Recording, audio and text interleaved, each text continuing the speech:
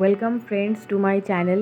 আজকে আবারও একটা নতুন রেসিপি নিয়ে চলে এসেছি। এই নতুন রেসিপিটা বানানোর জন্য এখানে নিয়ে নিয়েছি 5 পিস কাতলা মাছ।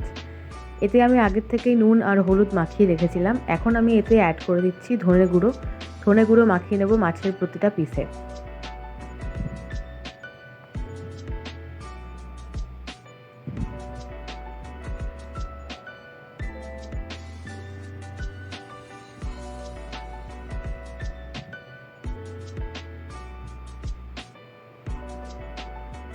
দেখতেই পাচ্ছ গাইস, মাছের প্রতিটা পিসে আমি কিভাবে ধনে গুঁড়োটা মাখিয়ে নিচ্ছি।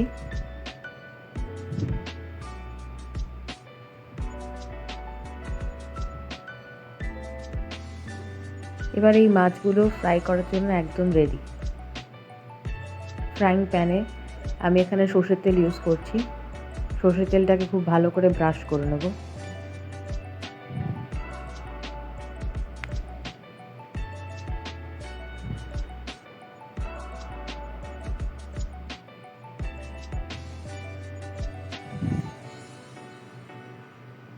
তেলটা গরম হয়ে গেলে এতে একে একে মাছগুলো দিয়ে খুব ভালো করে গোল্ডেন করে ভেজে নিতে হবে।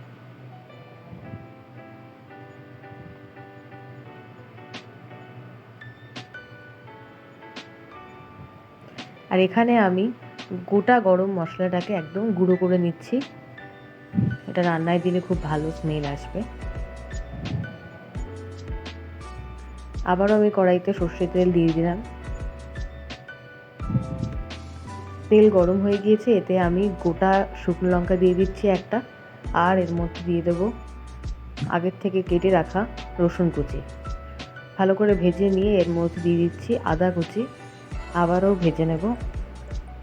এরপর এর মধ্যে অ্যাড করে দিচ্ছি পেঁয়াজ কুচি। এখানে আমি বড় বড় গোটা 2টো পেঁয়াজ দিয়েছি। এরপর এতে অ্যাড করছি হাফ চামচ মতন লবণ, দিয়ে খুব ভালো করে পেঁয়াজটাকে ভেজে নেব। দেখতেই পাচ্ছ গাইজ, পেঁয়াজটা খুব ভালো করে ফ্রাই করে নিয়েছি।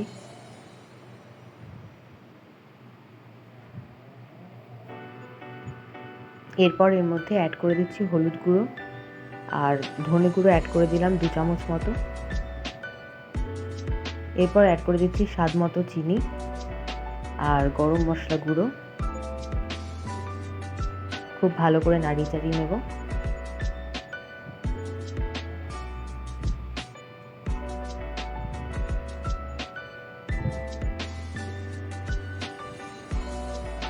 এরপর অ্যাড করে দিচ্ছি গোলমরিচ গুঁড়ো, আদা রসুন বাটা। আবারও খুব ভালো করে নাড়িয়ে চাড়িয়ে নেব। এবার মশলাটা খুব ভালো করে কষিয়ে নিতে হবে, তাহলেই সুন্দর টেস্ট আসবে। এবার মশলাটা কষিয়ে নেওয়ার জন্য এর মধ্যে অ্যাড করলাম অল্প করে জল। আবারও আমি লবণ অ্যাড করলাম। যেহেতু ধনিয়া কাতলা বানাচ্ছি তাই ধনে পাতাটা মাস্ট। ধনে পাতা তোমরা বেটেও দিতে পারো, আমি এখানে গোটাই ধনিয়া দিয়েছি।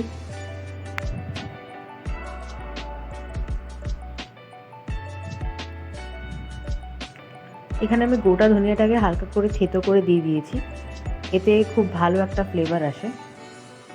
আবারও জল অ্যাড করলাম। এবার খুব ভালো করে ঝোলটা ফুটে যেতে দিতে হবে। ঝোলটা কমিয়ে নেব আসলে। গ্যাসের ফ্লেমটা বাড়িয়ে ঝোলটা কমিয়ে নেব। আর এর মধ্যে এরপর দিয়ে দিচ্ছি মাছের পিসগুলো।